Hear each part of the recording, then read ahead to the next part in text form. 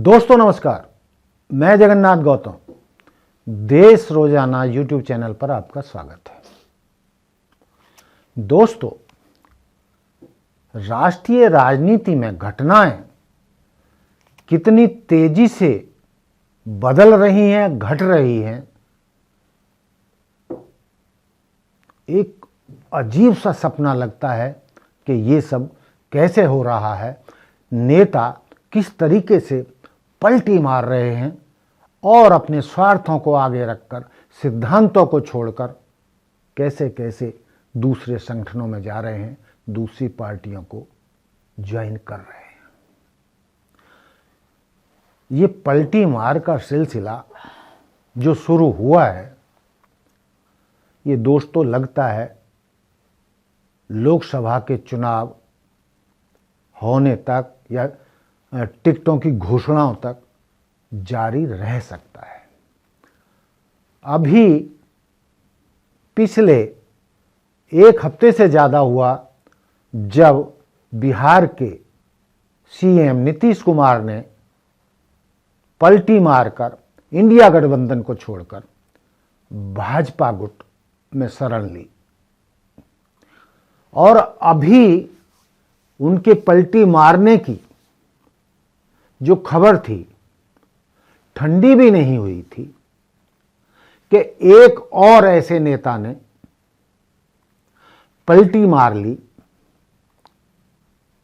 जो कल तक ये कहते थे, जब नीतीश कुमार ने पलटी मारी थी, जब उनसे पूछा गया था कि कहीं आप भी तो नीतीश कुमार की तरह भाजपा की गोद में नहीं जा बैठेंगे, तो वो थे जयंत चौधरी, राष्ट्रीय लोकदल के राष्ट्रीय अध्यक्ष। तो उन्होंने तुरंत पलटवार करते हुए कहा था, मैं कोई चवन्नी नहीं हूं जो इधर उधर पलट सकती हूं। मैं एक मजबूत किसान नेता हूं, किसानों का हितैषी हूं। जहां किसानों का हित रहेगा मैं वहीं रहूंगा।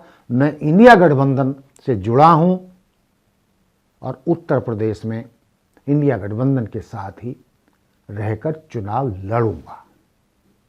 लेकिन अचानक क्या हुआ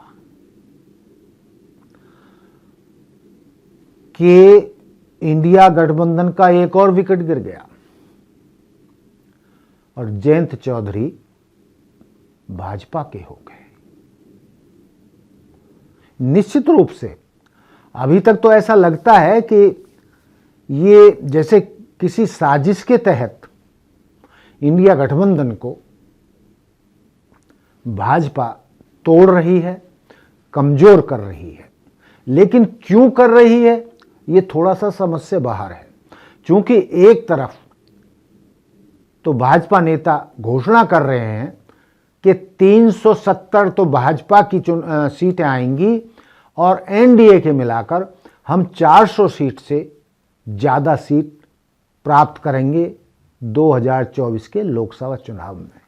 फिर उन्हें क्या जरूरत पड़ रही है कि जिनको वो नकार चुके, जिनके लिए दरवाजे बंद कर दिए, नीतीश कुमार को कभी भी भाजपा गुट में या एनडीए में शामिल न करने के लिए कस्में खाई, दरवाजे बंद कर लिए, लेकिन 400 सीट का दावा करने वाली भाजपा ने आखिर नीतीश कुमार के लिए क्यों पलक पावड़े बिछाए और उनको अपने खेमे में लाने के लिए मजबूर हुई।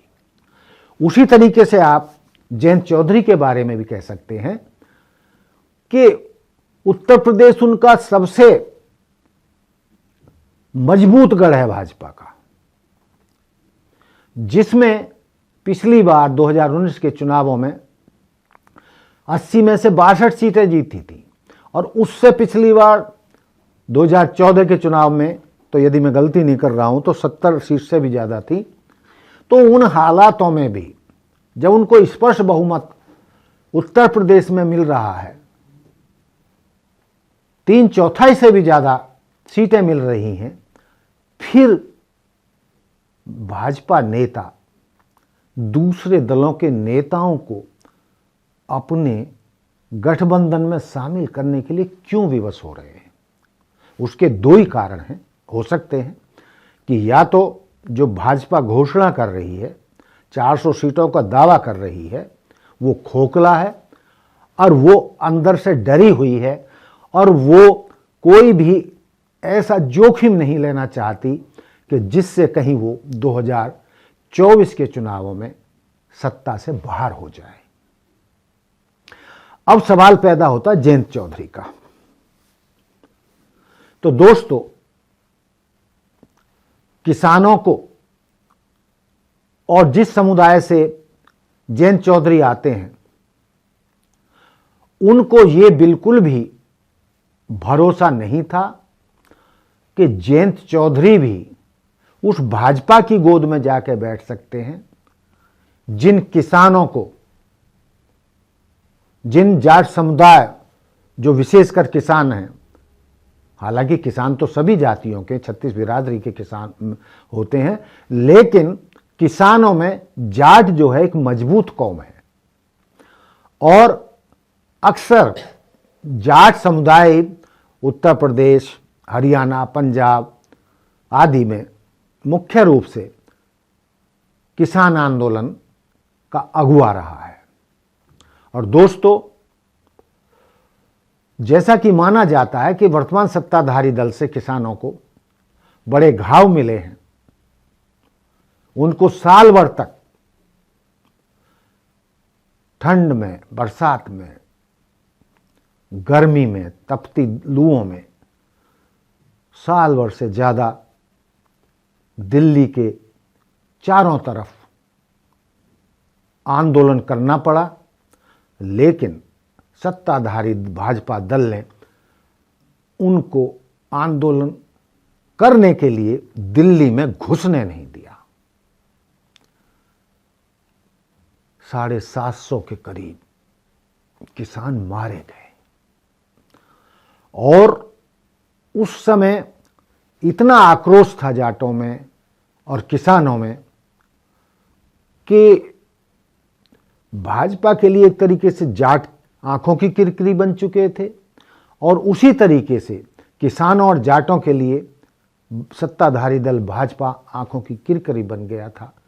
चाहे वो महिला पहलवानों का मुद्दा रहा हो, चाहे जाट आंदोलन का रहा हो, चाहे और इसी तरीके के कई मुद्दे हों। हरियाणा में भी जाटों पर शायद लाठियां चली। अब फिर दिल्ली में जद्दोजहद शुरू हो गई है। वो जाट जो है दिल्ली में घुसना चाह रहे हैं और मेरे ये वीडियो बनाने तक तो उनको दिल्ली में आंदोलन के लिए घुसने नहीं दिया था।